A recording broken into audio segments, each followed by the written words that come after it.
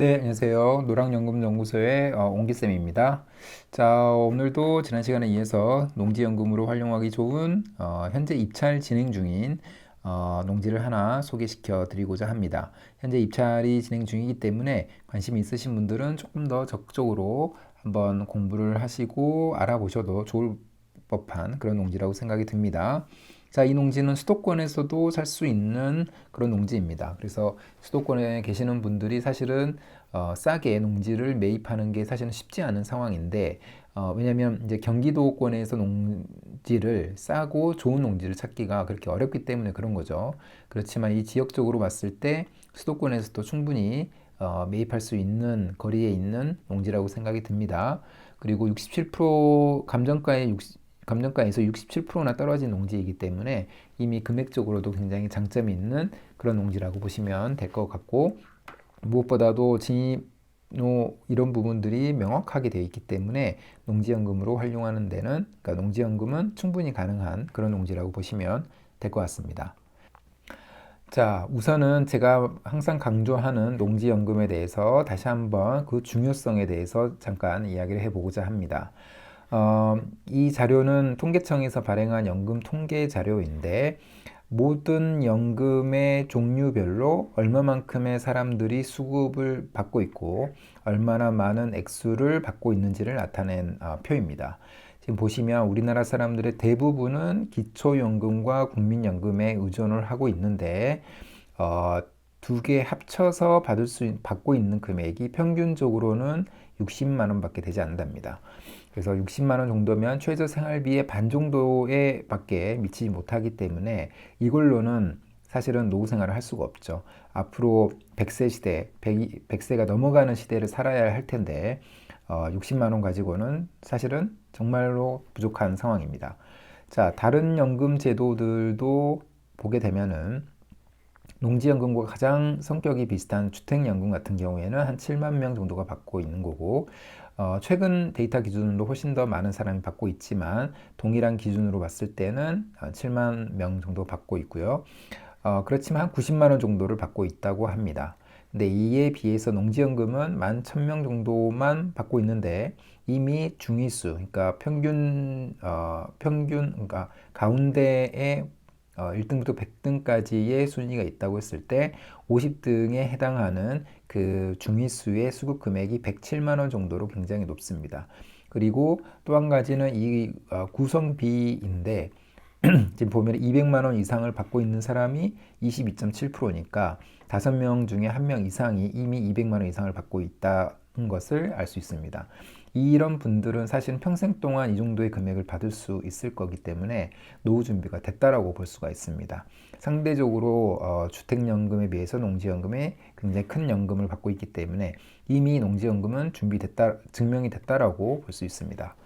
자, 농지연금의 장점 여러 가지 있고 저는 10가지를 말씀드리긴 하는데, 가장 중요한 거는 적은 자본으로 큰 연금을 받을 수 있다라는 거고, 수시 인출형이 있다라면은 사실은 무자본으로도 굉장히 고액의 연금을 받을 수도 있습니다.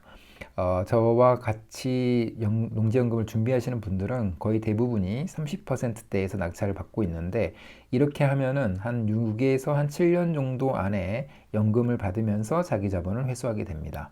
그리고 60세가 넘으신 분들이 준비한다면 사실은 이 기간은 더 단축될 수가 있습니다. 그만큼 적은 자본으로 큰 연금을 받을 수 있는 건데, 그 차이는 바로 낙찰가, 그러니까 경매를 이용하기 때문에 그렇습니다. 경매를 이용할 경우에 주택은 약 한 80%대에서 낙찰을 받는다면은 농지연금은 30%대, 30% 이하도 문제 해결을 만약에 할 수 있다면 30% 이하에서도 충분히 낙찰을 받을 수 있습니다.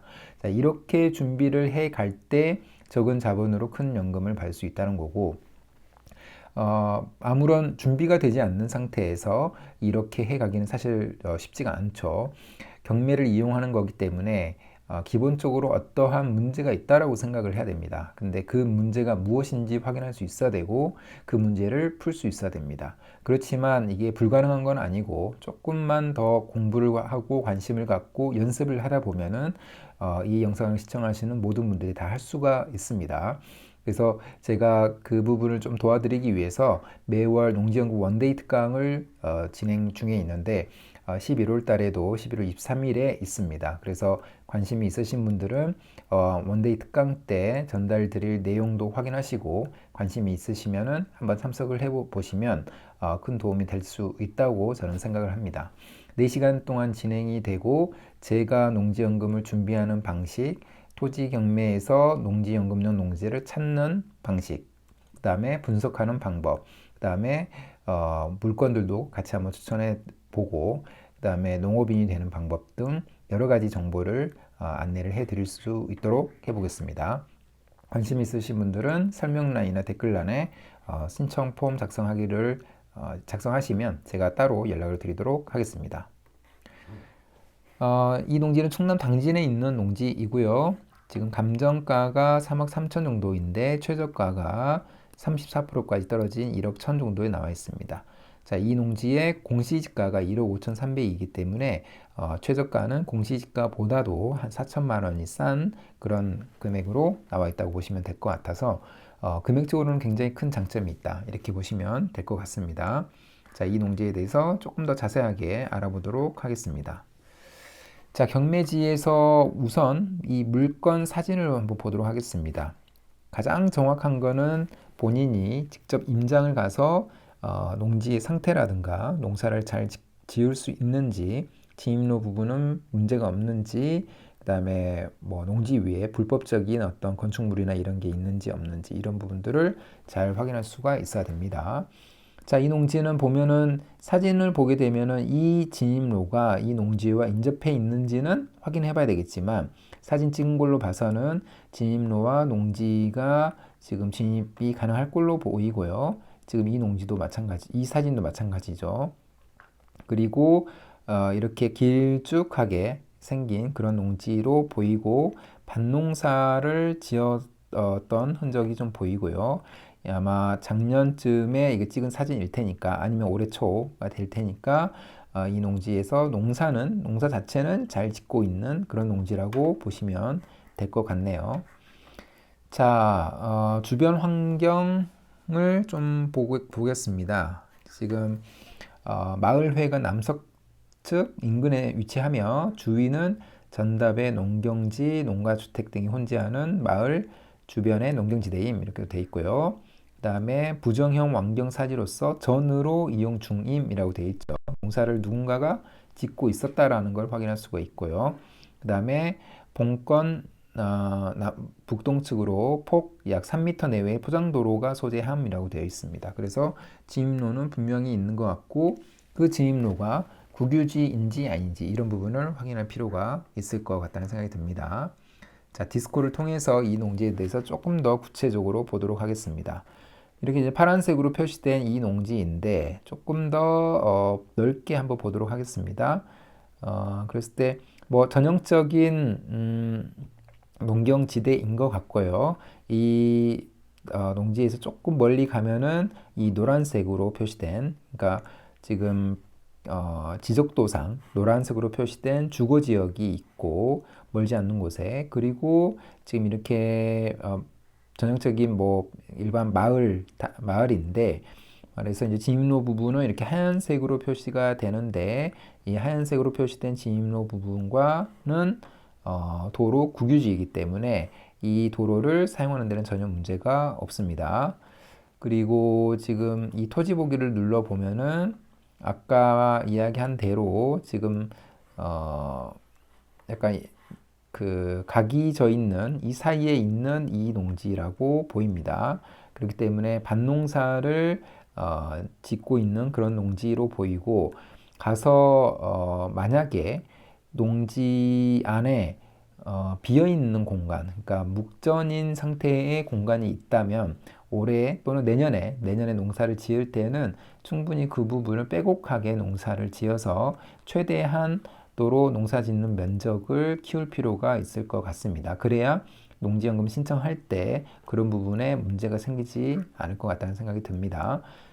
진입로와 농사를 잘 짓고 있는지 이런 부분들은 충분히 문제가 없다 이렇게 보시면 될 것 같습니다.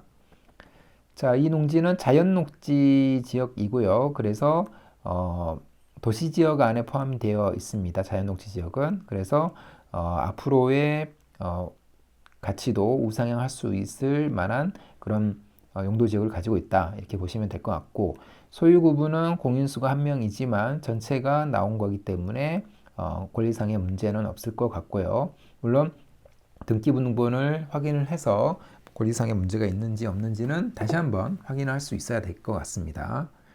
자, 토지 이용 계획상에서, 그러니까 토지 이용 계획은 정확하게는 토지 이음을 통해서 확인을 해야 되겠지만, 디스코에서 나오는 이 토지 이용 계획도 문제가 없고, 다만 이 농지에서 지구 단위 계획 또는 도시 계획상에서 문제가 있는지 없는지 이 부분은 분명히 토지 이음에서 확인할 수가 있어야 됩니다. 그래서 토지 이용 계획만 본다면 자연 녹지 지역이고 가축 사육 제한 구역이니까 문제가 없을 것 같고요. 개별 공시지가는 어떻게 보면 전체적으로 지금 2000년도 초반에 급등했다가 완만하게 상승했다가 약간 완만하게 떨어지고 있는 추세인 것 같은데, 다행히 작년보다는 조금씩 올라가고 있는 추세인 것 같습니다. 현재가 제 생각으로는 약간 저점으로 생각이 들고요. 앞으로 금리가 낮아지는 상황에서 이 농지의 가치는 점점 우상향할 수 있다고 저는 기본적으로 생각합니다. 앞으로의 생각은 하지 않다고 하더라도 지금 자체가 감정가의 67%씩이나 떨어졌기 때문에 금액적으로는 굉장히 큰 장점이 있고, 공시지가보다도 약 한 4천만 원 정도가 싸기 때문에 금액적으로 굉장히 큰 장점이 있는 그런 농지라고 보시면 됩니다. 그래서 전체적으로 봤을 때는 농지연금으로 활용하기에는 전혀 문제가 없는 농지로 보이고, 수도권에서도 진입이 매입할 수 있는 거리상에 있다고 저는 생각을 하고요. 그래서 이런 농지를 하나씩 하나씩 가지고 있다면 충분히 노후를 위한 대비를 하고 있다고 볼 수가 있을 것 같습니다. 자, 그러면 오늘 영상은 이것으로 마무리하겠습니다. 감사합니다.